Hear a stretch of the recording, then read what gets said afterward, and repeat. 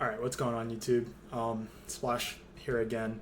I know I said I would do recaps for the finals games after all of them happened, but time kind of happened, so I am going to do recaps of games 2, 3, and 4 all right here, right now in this one video.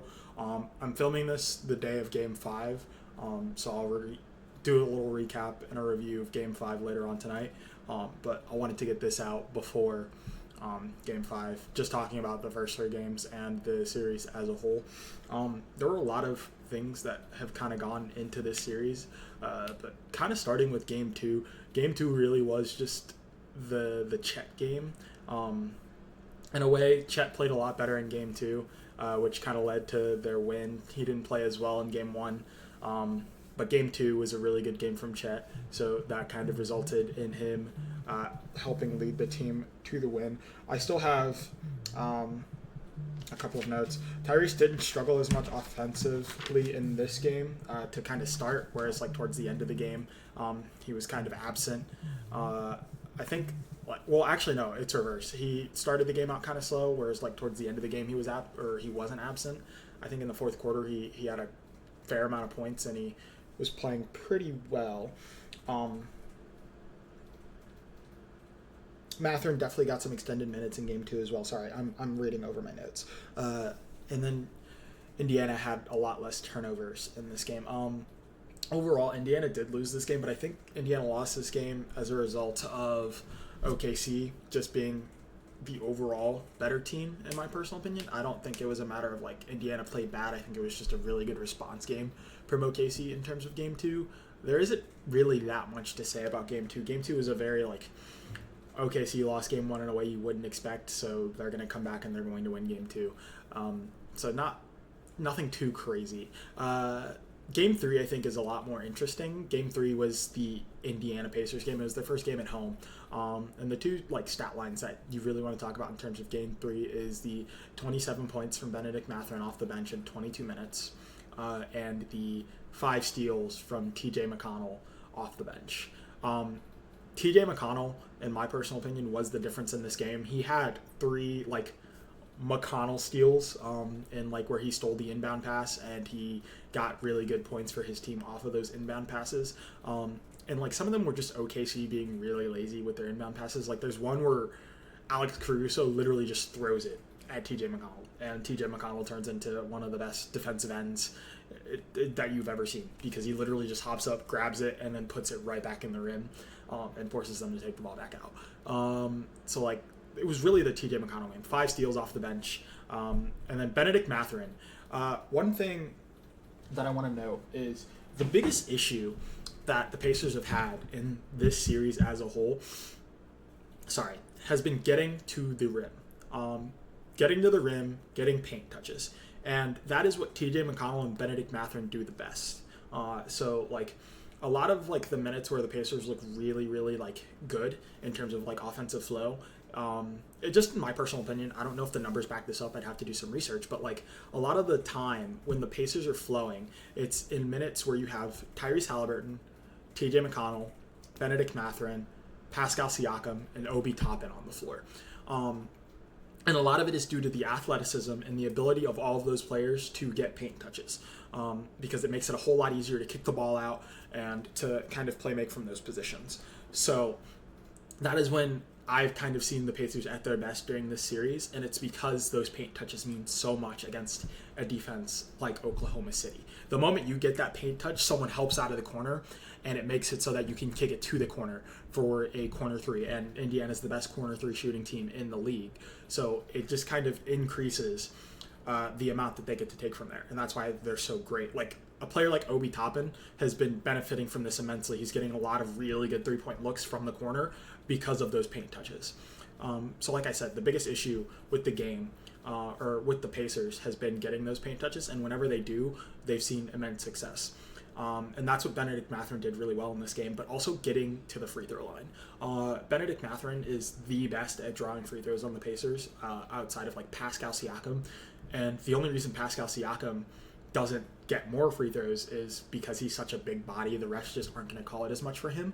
But Benedict Mathurin is 6'5", and he gets to the rim at an insane rate, and he gets a ridiculous amount of foul calls because he's only 6'5" comparative to Pascal Siakam's 6'8".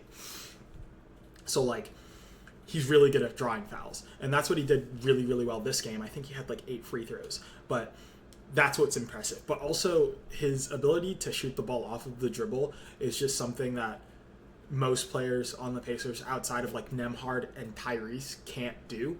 So when you have that third person on kind of the floor that can kind of just pull up from whatever the hell he wants, it makes it a whole lot easier for scoring to kind of happen. But yes, one thing I want to point out just in terms of this series as a whole is the Indiana Pacers have been playing extremely good defense overall. I think they have done a fantastic job kind of bottling up Shea. Shea has not gotten as many free throws in any of these games as he has in the previous series, similar to kind of like the Denver series where he was not getting as many free throws. And the Pacers did a really good job of kind of neutralizing him, especially in Game 3, and not giving him as many free throws. Andrew Nembhard has been doing ridiculous amounts of work on defense too, playing really, really well on Shea. I don't have exact numbers, but I know that when he is guarded by Andrew Nembhard, he is not as efficient as he is when he's guarded by literally anyone else on the floor. So Andrew Nembhard is doing a really good job not fouling him and staying attached to him. I think one thing that people kind of don't realize is, like, Shea gets fouled because Shea is really, really difficult to stay in front of and really, really difficult to keep contained. So it's a lot easier to foul Shea rather than giving Shea an open look at the rim or giving Shea an open jumper, which he will probably knock down because he's just that good. So Andrew Nembhard has been doing a really good job of giving him neither and not really conceding to what Shea wants. One thing that has kind of been a struggle for the Pacers has been Miles Turner. Miles Turner, at the end of the Game 3, played really, really well defensively, but his shot has not been falling at all this series. He has not hit very many three-pointers. I think he's, like, 1 of, like, 11 or something. It's probably an over-exaggeration, but he has not hit very many three-pointers this series. And I think that's one of the things that the Pacers really, really need if they want to win the championship, is they need Miles Turner to be knocking down his threes, and he hasn't been doing so, especially in this Game 3. But I will say he has been under the weather per Rick Carlisle. He's been sick, so obviously if you're not feeling well, you're not going to play as well. He did have a really good stretch in the last 5 minutes of that Game 3 where he had, I think, like 5 blocks to end the game, but he had like 3 blocks on Chet Holmgren alone in the final couple of minutes. And one thing that I want to mention is a lot of people going into this matchup figured that the Miles Turner-Chet Holmgren matchup will be really difficult for Miles, primarily because Miles is really slow-footed and Chet Holmgren is a lot faster. But Miles has done an extremely good job kind of either staying in front of Chet by kind of just dropping towards the rim and not giving Chet what he wants, or kind of recovering and blocking Chet from behind. One thing that is making this a lot easier is Miles doesn't have to guard Chet as closely because Chet is not knocking down his three-pointers. I think at one point during this series he was shooting 1 of 11 from 3. He also has taken a lot of foot-on-the-line two-pointers, so it just makes it so that, like, it's a lot easier for Miles to kind of just drop and play Chet at the rim rather than playing Chet at the perimeter, where he's at a disadvantage. Going into the Game 4, I want to mention that I am a Pacers fan.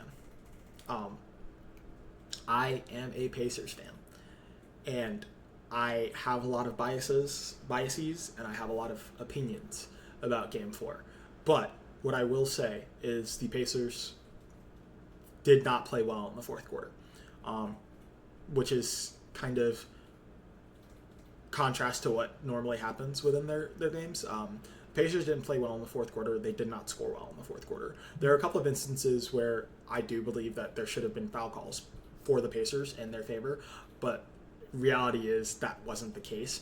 And at the end of the day, you kind of have to generate offense no matter if the refs are calling fouls or not. If you're not generating offense, regardless of what the refs are doing, you're not going to win the game. So at the end of the day, though I believe that there were missed calls, the Pacers lost this game because they did not have any offense in that fourth quarter. to start the game, I think realistically the Pacers were doing a fantastic job keeping Shea bottled up. I think Shea was having a lot of difficulty actually getting the shots that he wanted up until that fourth quarter where he scored 15 in the fourth. And I even think Tyrese Halliburton had a decent game here, getting to the rim, kind of getting downhill. One part of it is his shot wasn't falling. And whenever Tyrese's shot isn't falling, his three-pointer specifically, it just makes it a whole lot harder to kind of win games because he takes a very high volume of threes. But I will say I definitely thought he was going to go off this game when I was watching because he hit his first three-pointer from the logo, and I was just like, oh, there's a stat that says whenever Tyrese Halliburton hits his first shot, he takes 5 more within the game, and he hit that first shot, and I was like, it's going to be a Tyrese game because it was a pull-up 3 from actually the logo. It was ridiculous. But yeah, the story of this game really is the Pacers didn't execute in the fourth quarter, and they lost this game because of that. A lot of people are going to have discourse in terms of the foul calls and the fouls, and I have my opinions. Like I said, I am a Pacers fan. I do think that there were some missed calls on Lu Dort. Getting away with an elbow 3 times in a series is kind of crazy. But I also think that there were some shitty calls. Like, for instance, I think the flagrant on Nesmith and then the flagrant... Who was it on? I think both the flagrants that happened in this game were bullshit. I think it was Caruso that got the second flagrant. It was either Caruso or Dort. Oh, it was Dort. It was Dort because like Dort and Caruso went up for a dunk and Dort accidentally going for the block elbowed I think Nesmith in the face. And like I don't hate Dort, but like Dort has elbowed a lot of people. But that was like there was no wind up. That was incidental contact. He was making a play on the ball. That should not have been a flagrant. But I also think either it was on Nesmith or Toppin. But I also think that flagrant was bullshit. There were a lot of calls both ways that I thought were kind of bad, that I didn't like very much. I think the officiating on both sides was kind of bullshit. And I think there were some calls that were missed for the Pacers, and I think there were some calls that the Thunder got that the Pacers weren't getting. But I have biases. I realize that the Pacers didn't lose the game because of the foul calls. They lost the game because of their fourth quarter execution. Today is Game 5. I'll try to have a video on Game 5 out tonight after it's done. Realistically, I hope to have it out tonight. Thank you all for watching. Like, comment, and subscribe. Let me know what you guys thought of games 2, 3, and 4. Sorry I didn't give more dedicated recaps for all of the games. Realistically, Game 2 I just didn't think was worth the recap.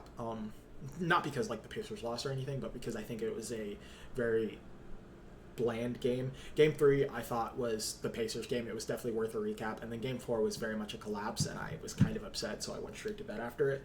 But Game 5 I will have a recap out regardless of victory or loss, either today or tomorrow morning. Like I said, like, comment, subscribe. Let me know what you guys thought. Let me know what you guys are thinking about the finals. Let me know how you guys feel. And then I will see you guys later. Goodbye.